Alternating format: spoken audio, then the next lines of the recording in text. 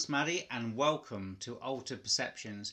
In this video I'm going to be reviewing the David Blaine stunt Ascension. I watched it a few hours ago and it was absolutely fantastic. For those of you who don't know who David Blaine is, where have you been? Just to give you a brief rundown of some of his previous stunts. In 1999 he was buried alive. In 2000 he was frozen in time. That means he was put in a block of ice, I believe it was in the middle of Times Square, for 3 days.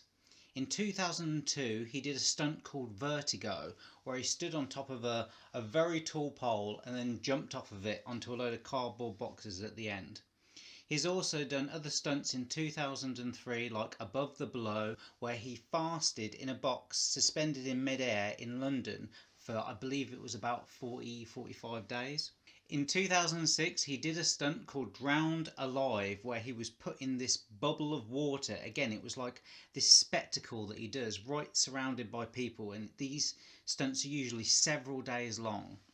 In 2008 he done a Dive of Death, and in 2012 he done Electrified 1 million volts always on. I haven't actually watched that one, so I don't know what happened, but I'm very intrigued to find out, so I'll probably watch that another time. But his current stunt that I recently just watched is called Ascension, and this is where he holds on to some balloons and goes up into the air, and then he gets a parachute and then lets go of the balloons and then parachutes his way back down to earth. Will you spin me?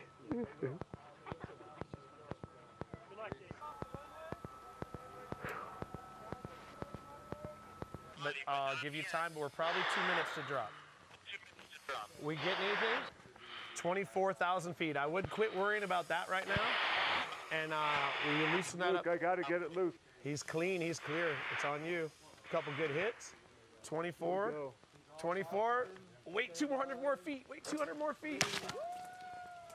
Start looking and picking a spot. Pick a nice sandy spot. So having seen some of his other stunts and watching this particular one, the main difference is that this was live and it was streamed on YouTube, whereas the others were TV shows. They were specials which would have been filmed over several months and had been edited together and then were presented as a final product, whereas this one was absolutely live, and that made all the difference in the world because you saw things in real time. It was very well choreographed because there was a lot of action going on, and they kept interjecting to clips that they'd already pre-filmed and they'd released as teaser trailers, which gave it a very good flow and it gave it a very good backstory as you was watching the live performance. It was really interesting to see all the preparation that led up to the stunt, because ordinarily that would be edited out or edited down so that it would look more special.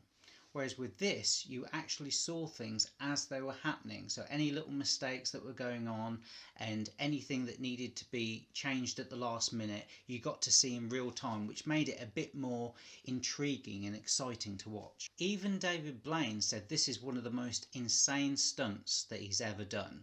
And I can understand why. And the reason is because of the lack of control that he had with this particular feat. One of the reasons why David Blaine chose to do this particular stunt is because he has a young daughter, and the last stunt that he did involved a lot of electric and all sorts of stuff, and he said it didn't feel very child friendly, and this time he wanted something which was more for a younger audience. And other performers such as actors like Johnny Depp have said this in the past, which is why he took the role as Captain Jack Sparrow in Pirates of the Caribbean, because he wanted something for his children to be able to watch. So this is a very interesting thing to observe, because when you see David Blaine early on in his career, a lot of the stuff that he was doing, and even now, is very difficult to watch because it's very adult.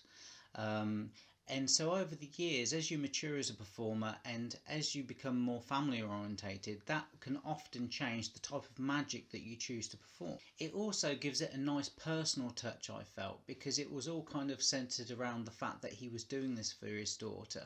And that's one of the cool things that I like to see when I'm watching a magic performance, is who is this person doing this for? So again, some people can perform magic tricks to show off and get attention, and they're kind of doing it for their ego. Some people are performing magic because they want to see other people experience a sense of wonderment and joy. Some people are doing it because it's a commercial aspect, you know, if they're performing on a trade show stand, or, you know, if they're at a wedding, then it's for the bride or the groom or the people that have booked them. If it's a birthday party, it's usually for the person whose birthday it is. So it's really heartfelt to see the fact that he focused it around his daughter, because I don't believe that he's done that in any of his other performances. So that gave it quite a unique twist that he didn't have from his other shows. Now, the effect itself, by holding onto some balloons and going up into the air and then coming down again via a parachute, sounds very childlike and very simple in its premise. But but you could see from watching, it was on for like 3 hours, you could see all the technical stuff that went into it. Two of the main things that David did was that he learnt how to skydive, and it showed him doing several skydives over several months in order to get totally familiar with being in the air and plummeting to the ground. He also decided to become a balloon pilot. So you can see that he's taken all precautions necessary to make himself as skilled as possible to be as comfortable as he can performing in that environment. One of the other things I liked about it as well is he introduced you to all the experts that were behind the scenes, people that were sorting out the weather, and in terms of, like, you know, the weights and the balloons. There was even one fiberglass balloon right in the middle which had all the technology in it in order to be able to film him as he went up and as he came down again. And it also had like radio communications and his mics and all the various technical stuff. It took you into all that, and he even wore all the harness under his bodysuit. It showed you him being strapped into it. It took 4 people to strap him in and put all the technology on him just to attach himself to this machinery that went up into the sky. Every balloon, when you're going up with a bunch of them, every balloon is a single point of failure, because if one of them pops, that changes everything.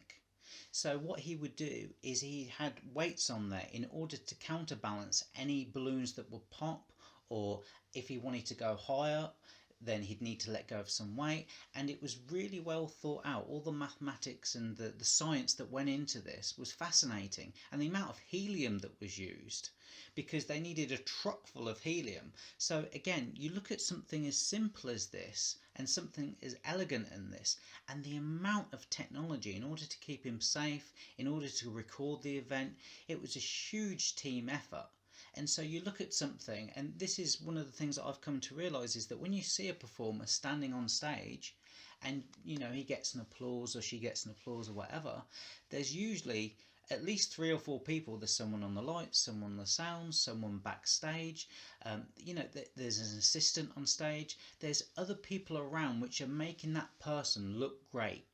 And what I really liked was the fact that it went into all the intricacies of what it takes to put on a feat like this, and all the experts that's required in order for this to run smoothly.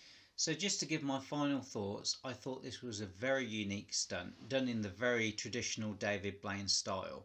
Ordinarily a stunt like this wouldn't occur. It's very few people that would do a type of stunt like this, that would have the time, the money, the energy and the courage to be able to go forward with this. So this is a very rare and unique event to watch, so I highly recommend that you go and watch it, because it's not very often that you're going to see something as special as this. Thanks for watching. Don't forget to subscribe to our YouTube channel and you'll be notified of our latest videos.